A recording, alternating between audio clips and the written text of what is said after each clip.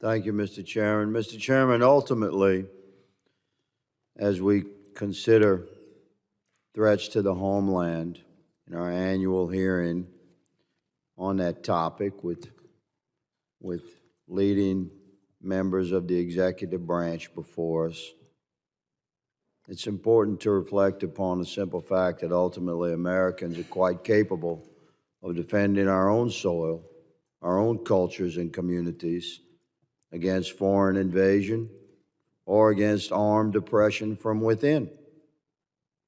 However, it's far more threatening to our republic if our own government facilitates criminal invasion, and it is incredibly threatening to our citizenry if our government's highest levels of law enforcement coordinate organized campaigns of weaponized oppression, harassment, investigation, arrest and prosecution, and imprisonment of free Americans. That, Mr. Chairman, is the primary threat our homeland indeed faces today. Secretary Mayorkas, I've noted you as a worthy adversary, sir, for 2.5 years, but my issue is not with you today. I'm done with you.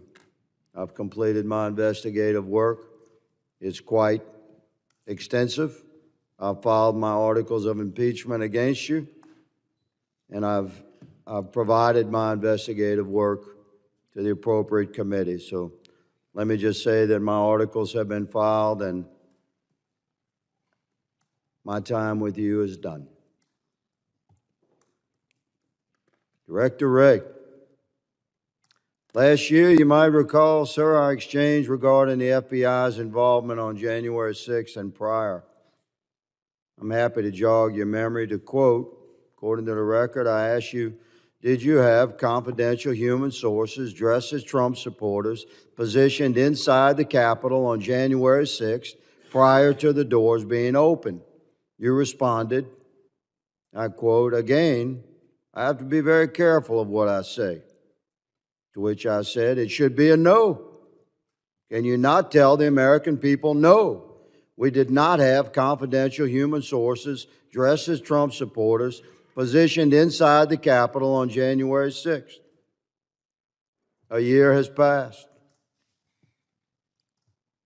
We sit here again a year later, we the people still do not have a definitive answer from you or anyone else in the Biden administration regarding the FBI presence and participation in the months leading up to the November election and in the weeks and days prior to January 6th and on January 6th here in D.C. We can't get a straight answer, although we have a tremendous harvested and reviewed over the course of the last year, which you will see. In September, Stephen D'Artano, formerly in charge of the FBI's field office in Washington, D.C., testified to the House Judiciary Committee that he was aware the FBI informants would attend the Stop the Steal rally thrown on January 6th. You confirmed that the FBI had confidential human sources at the Stop the Steal rally on January 6th here in D.C., sir? Congressman, as we've discussed before, I'm not going to get into where we have or have not used confidential human sources. But what I can tell you, you asked for a definitive answer. We'll move on. It's my time. You said no, you're not going to answer. That's cool. We're watching. Mr. Chairman, may I answer the question? Your moment will come. This is my time. Earlier this year, an FBI informant who is reported to have, quote, his quote, under oath, marched to the U.S. Capitol with fellow Proud Boys members on January 6th, close quote. He said he was communicating with his FBI handler while people were entering the U.S. Capitol. Can you confirm that the FBI had that sort of engagement with your own agents embedded into the crowd on January 6th? If you are asking whether the violence at the Capitol on January 6th was part of some operation orchestrated by FBI sources and/or agents, the answer is emphatically You're saying not. no? No. You're saying no? Not Okay. violence orchestrated Let's by move FBI on. sources or agents. Are you familiar with you know what a ghost vehicle is? Director of the FBI certainly should. You know what a ghost bus is? A ghost bus? Ghost bus. I'm not sure I've used that term before. Okay. Well, it's pretty common in law enforcement. It's a vehicle that's used for secret purposes. It's painted over. These two buses in the middle here, they were the first to arrive at Union Station on January 6th, 0500. I have all this evidence. I'm showing you a tip of this iceberg. Mr. Chairman. These two buses Mr. are Chairman. painted completely white. Point of order. Point of order. Sure. Just run over the time. I understand, but you'll recall that Ms. Jackson Lee's been allowed to go 2 minutes before. I've been very fair in letting people finish their questioning throughout my tenure as chairman, and I'll continue to be fair on that regard. But I will make a note to the members, if you could stay as close within your time as possible. We have a lot of people that want to ask these gentlemen questions. So with that, the gentleman yields. But your point, I've been very fair in this, Mr. Ivey, with everybody on this side of the aisle just as much. I don't think I accuse you of being unfair, Mr. Chairman. I just You're raised making a of point. order. Okay, thank you. I now recognize Mr. May I Wray. close this statement, Mr. No, Chairman? I think your time is expired, Mr. I note that other members across the aisle have been granted time, and I object to my question being closed.